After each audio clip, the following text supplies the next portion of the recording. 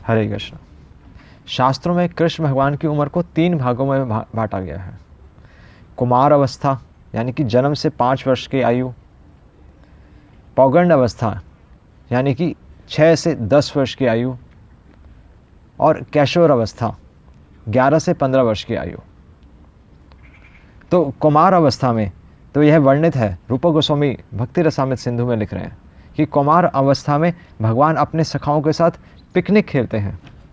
उनके कमर में केवल एक बेल्ट होती है जिस पे उनकी बांसुरी लटक रही होती है, और उनकी सुंदरता इतनी होती है कि लोग वृंदावन जो आते हैं तो वह जब जाते हैं वो वापस भगवान के दर्शन करने के लिए आते हैं, और उनकी सुंदरता और बढ़ गई होती है। जिस प्रकार एक नए पत्ता धीरे धीरे बढ़ता है और उसकी सुंदरता और बढ़ती रहती है। दूसरा है पौगंड अवस्था। तो पौगंड अवस्था को भी 3 भागों में बांटा गया है, आधे, मध्य और शेष। तो आधे में अब भगवान अब कुश्ती खेलना शुरू कर देते हैं अपने सखाओं के साथ। भगवान अपने सखाओं के साथ डांस करते हैं और भगवान की सुंदरता और बढ़ जाती है। और मध्य में अब भगवान के पास एक पीले वस्त्र आ जाते हैं, भगवान की पीली पगड़ी है, और भगवान के पास एक छड़ी आ जाती है जो कि 56 इंच लंबी है, जिससे भगवान गैया चराते हैं।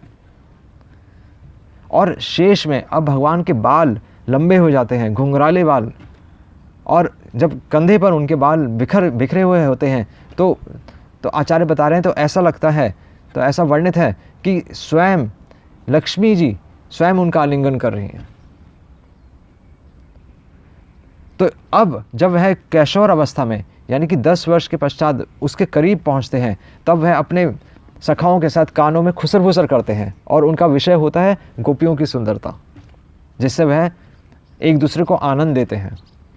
और यह जो कैशोर अवस्था है यानी कि 11 से 15 वर्ष की आयु, तो यह अवस्था सभी भक्तों को सबसे ज़्यादा प्रिय है, क्योंकि इस अवस्था में कृष्ण क्या गोपियों से जो उनका संबंध था, जो उनका जो दिव्य संबंध था, तो श्रील प्रभुपाद लिखते हैं कि उस संबंध की वैष्णव जो भक्त हैं वह आराधना करते हैं। कैशोर और कैशोरी अवस्था।